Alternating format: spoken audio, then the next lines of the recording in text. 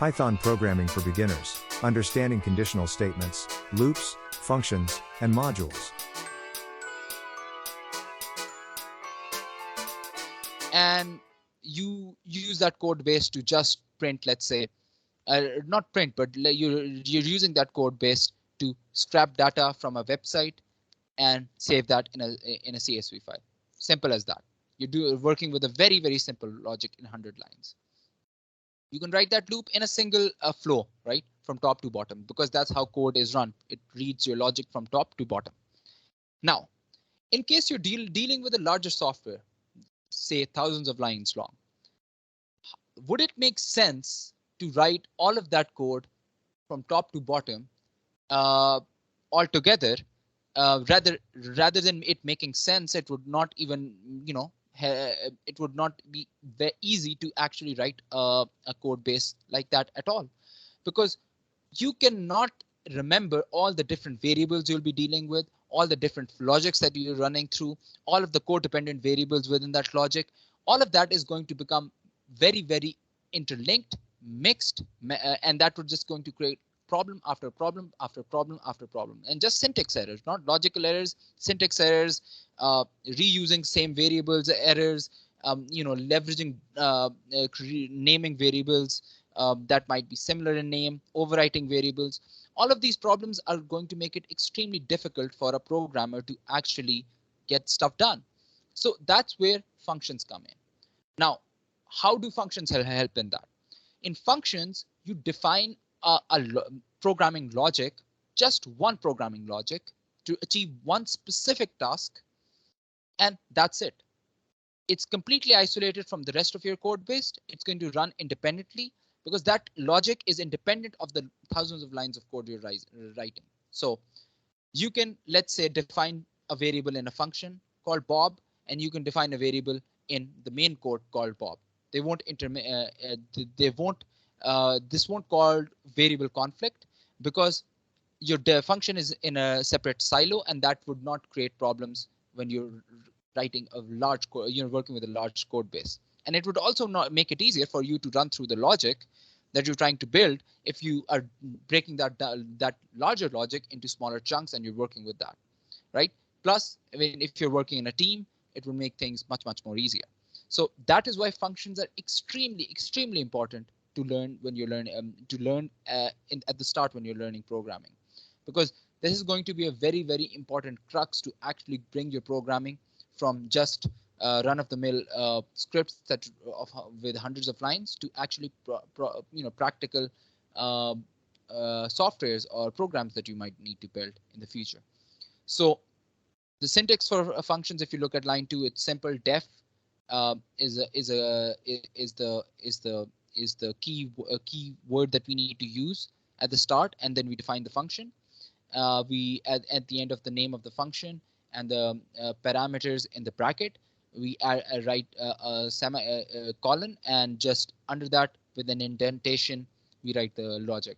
Now indentation is very important in Python because otherwise you cannot like that would run that would run errors in Python. So in Python, indentation is very important.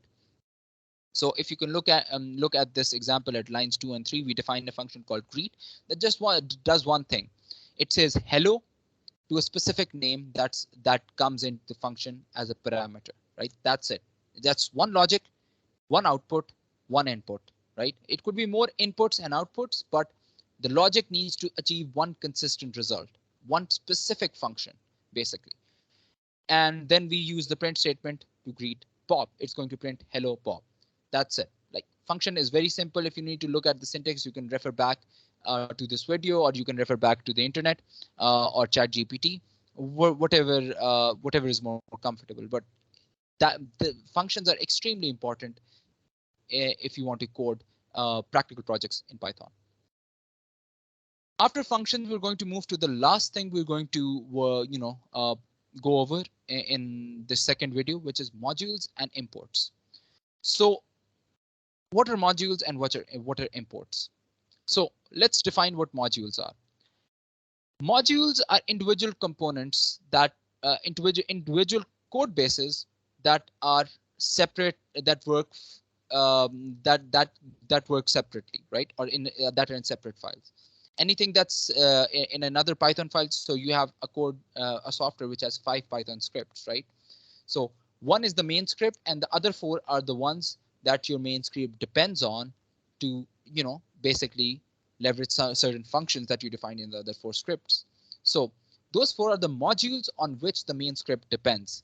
So we need to make sure that our Python, and as I mentioned earlier, a computer is a child that needs to be told step by step exactly what it needs to do. So it can't make an assumption like a human that those 4 files are related to this file. So we need to use those 4 files, or look up the data on code on those 4 files to run this code. No, that is an assumption a computer can't make. So we need to explicitly tell the computer that go to those 4 files, import those 4 files, because we have defined certain core definitions or functions in those 4 files that we're going to leverage in this script for it to run. So how do you do that? Use import, then the file name, and then you can use that function with a module dot function module dot function. You can define you can use that program with the module dot function syntax. Now, why are we in this case we are importing a library called math. Now, libraries are different than modules. We'll go over that in a while, but I just want to explain the specific component of imports. So we import the math library, then we're printing the math dot square result of math dot square root. So when you import a file, a complete file like this, all right, we're importing the complete file here.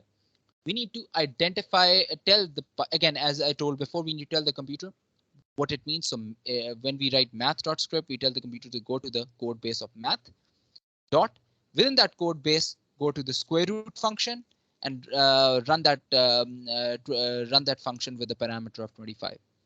That's what we're telling the code base to do. Now, there's another way you can basically import stuff, but that's more specific. In that way, you probably wouldn't need to use this syntax math.square root. So to do that, you need to do from math import sqrt. Basically, it means that from a specific library module, you go there. It tells the computer to go there and just import that specific function to this file, because that's all we need within this file. So with that, we might not need we don't need to use the math dot notation to run that function. We can just directly run square root because the computer imported that specific function directly within our script, and it that's basically how you can do that as well. So with that, that's our video, our second video on Python basics. Again, if you have any questions, if you have any queries, if you want us to make another video on specific one of these specific concepts in more detail, let us know in the comments. With that, we'll see you in our next video. Okay.